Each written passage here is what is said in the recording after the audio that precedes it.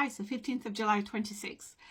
All right, I've been planning on how to best share all the maths resources that I have and all the antique maths books, pre-World War II math books.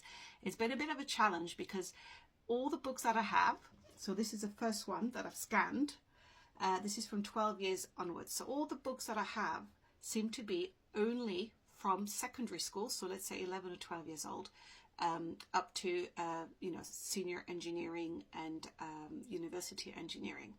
And it's been a big question of mine because I've had great difficulties. In fact, it's been impossible to identify and locate arithmetic and math books for pre-secondary school, so that is as for younger children in primary school.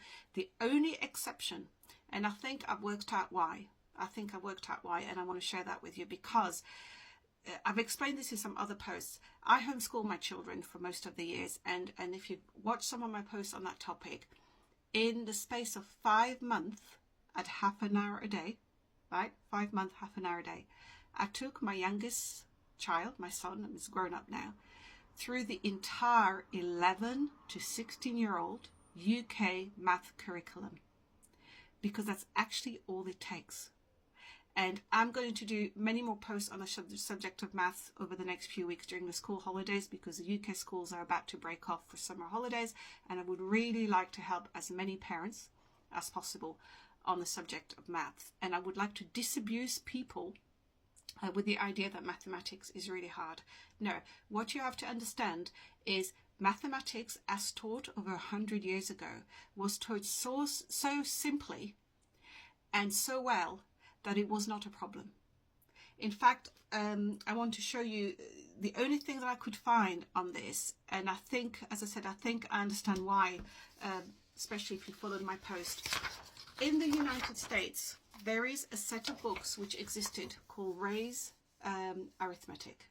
And Dr. Joseph Ray was a mathematician and an educator in the 1800s. He traveled Europe to gather information and collect the best methods to teach mathematics. He went back to the US and he produced a series of books called Ray's Arithmetic series. They are fantastic. So they were published in the mid-1800s. Over 120 million copies were sold over the decades. And up well into the 20th century, the Americans' education system used his books. However, with the rise of modern psychology, which I'm not going to digress into now because I've made many posts on this, but when modern psychology came along, modern educational psychology came along as a control mechanism funded by Rockefeller and so on and so forth, all these books disappeared. They were taken out of the American curriculum. As far as the UK is concerned, I cannot find books either on that subject for young people. All my books begin from the age of around 11 with the assumption that the student has a full command and mastery of arithmetic. And this is the issue. This is really the issue, and I'm going to discuss it more in other posts. The subject of arithmetic is omitted from schools correctly. A mastery of arithmetic is omitted, which makes it incredibly difficult for students to then proceed with the rest of mathematics. One of the key aspects of this is a misunderstanding between the word arithmetic, or arithmetic, as I can't pronounce it properly, I keep being corrected, and mathematics. So I've got here, you can download everything I'm showing you, you can download. So here I have a little booklet which I made some years ago, a very useful guide to understanding science, technology, engineering, and math. You can download it in my link tree or in the links I'm going to show you. And here, mathematics is simply the study of the relationships between numbers, shapes, and quantities. And we use numbers and symbols. It comes from the Greek word mathematika techne, which means the art of learning, right? It's all in there. Now, arithmetic is just one branch of mathematics, but it is the most important. It is the art of counting, from the Greek arithmetika techne, which means the art of counting, from arithmos, which means a number. Now, before a person can proceed with geometry, with algebra, with calculus, or anything like that, they have to have a command of the operations, how to divide, how to subtract, how to add, and how to multiply. Basically how to handle numbers and how to count. And this is something which has really been eroded and removed from the schooling system. I mean, I don't know about you in the US, but in the UK, we have those like ridiculous things that have been introduced in the last 2 decades. Things like the grid method for multiplication. All sorts of weird and wonderful mechanisms, which are only there because the fundamentals are not taught the children. So complications are added in. And to make things worse, if the child can't do maths, then they get labelled with dyscalculia, which is another quote-unquote mental health disorder if you can't do maths. But I digress, but I will take that up. So we have an absence of textbooks. And what I think has occurred is I believe that in the early 1900s and 1800s, arithmetic was such a given, was such a normal thing to learn in every household, that perhaps not many textbooks existed on that except for Ray's arithmetic and perhaps a few other things, a few other textbooks that kicked about. Because it's so fundamental that you would do that first. And when you can do that, then you get onto your textbooks for mathematics for the rest and geometry.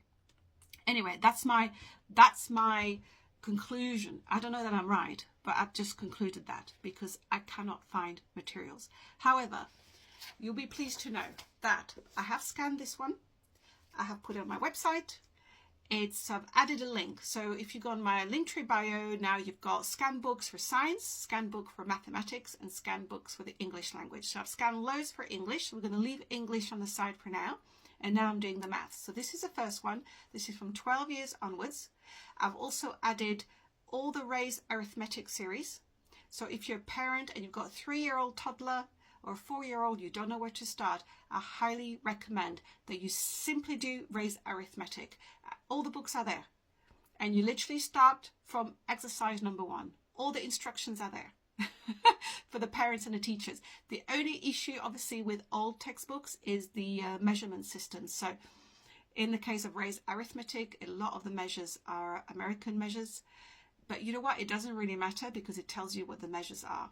But you can change the problems. You can convert them in metric if you want. You can change it around. Same with this book. It has a section on metric system. It has a section on the British system.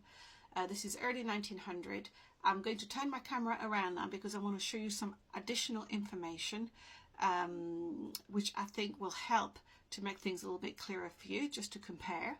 So you understand that back about over 100 years ago, 150 years ago, the level of mathematics in the average population was far, far, far superior to what we have now. And please don't think for a moment that it was only for the rich, because it's not for the rich at all. And I'm going to show you this in just a sec as I turn my camera around. All right, so here's the book.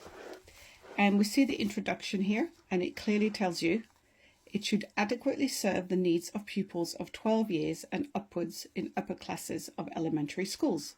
All right. And then we look at the table of content. We have the 4 rules. So again, addition, like I said, multiplication, division, subtraction, fractions, money, the metric system and decimals. Now, the only thing with those old books is obviously they are using the imperial system and the American system.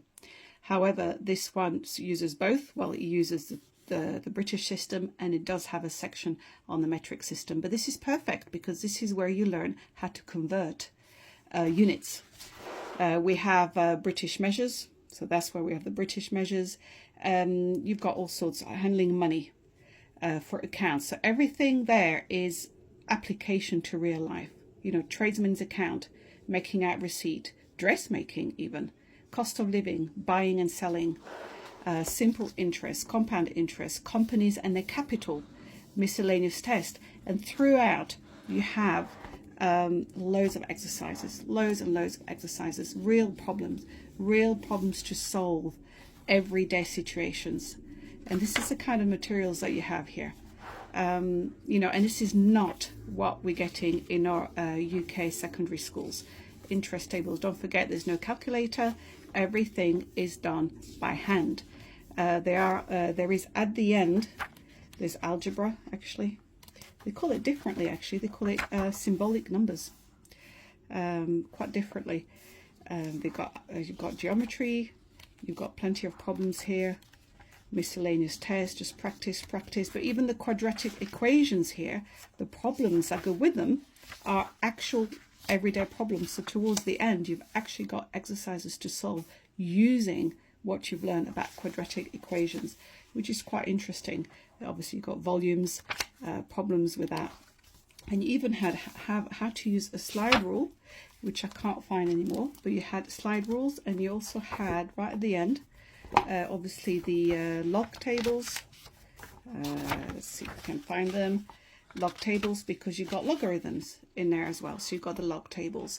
So if you think about it, this is a lovely slide rule. It's a Faber-Castell. I still have instructions because I've been shortchanged and I can't use a slide rule. But you can see this. Obviously, that's quite modern. I think it's 60s. But the slide rules that the children would have had early 1900 obviously would not have been made that way. But you look at the sort of knowledge and quality of information that people should have known, and I'm doing it the wrong way around, and that's my my lovely ignorant skill of how to use a slide rule. But I've got it here because it's on my to-do list that I should be able to use a slide rule. Now I'm going to show you something else which is very interesting. Is some people will tell you that you know, in 1900, the poor people couldn't go to school, and it was only the rich that got that information. So I talked about this already. Here I have copies of that I took at Bamburgh Castle. So Bamburgh Castle is a beautiful castle in Northumberland, in the northeast of England, and they had on display, I went to an exhibition, and on display here they had example of workbooks, school workbooks from children in the 1800s, poor children of the village who used to come to Bamburgh Castle because they ran a school for the local kids. Not the rich, the poor. And if you just look at the kind of work, I mean, look at this beautiful handwriting. And obviously everything by hand. And we have division and logarithms that you can see here, all done by hand. I mean, it's quite beautiful, actually. I love the handwriting, all cursive. So these were from the 1800s, early 1800s. And here's some other example. You can see that. So these are children's books. I mean, they were teenagers, actually. Girls and boys, by the way. And then lastly, to give you a comparison. So here we have a poor school, somewhere up in the northeast of England, attending a little local school paid by the owner of Bamburgh Castle, who was an engineer, by the way. And the children are coming in and doing that, right? Your teenagers. Then we have, I'm going to show you here, this is a 2024 GCSE math exam in the UK. This is a General Certificate of Secondary Education, a foundation tier paper. Now what happened is there used to be just a standard exam, but the government, in order to falsify their statistics and to give the impression that people were graduating with flying colours, they split the GCSE exams in lower tier, foundation tier, and higher tier, so that everybody could pass. Now this is a non-calculator. The person will have been at school for 12 years, right? Now look at the first questions that are asked. Now this is to make sure everybody passes. Work out 280 divided by 7. So you're 16 years old, you've done 12 years of school, and you're basically being asked to do 28 divided by 7. Yeah? Next question. Work out 1062 minus 438. Right? I just want to give the picture. This is an actual exam. You can download it. This is no joke. I've printed it out. Look at this one. Complete the statement. 2 meters equals how many centimeters? Complete the statement. 8 kilograms equals how many grams? Convert 24 kilometers to miles. Use 8 kilometers equals 5 miles. This one, that's really sad. That here's a centimeter grid. What percentage of the grid is shaded? Yeah. So this is your non-calculator GCSE math exam 2024, right? And I'm going to show you the calculator exam. So they do 2 exams, one calculator, one non-calculator. This is calculator. They have an hour and a half for each. And here we go. You can use your calculator. Write 0.27 as a fraction. Write 2/5 as a decimal. Write 0.35 as a percentage. These are things that a 10-year-old you know, in the good old days, an 8-year-old would know. I'm going to show you something else, but that's just kind of even more disturbing.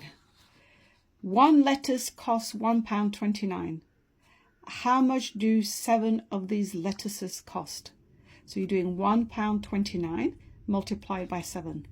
Yeah, this is your 16-year-old GCSE math exam in the UK. And some people will say, oh, you're being unfair because it's a foundation tier. Forget it. Forget foundation tier or higher tier. It's the fact that children for 12 years have been at school and it's what they're being asked. So here we go. Hopefully that will give you a bit of an idea. And yeah,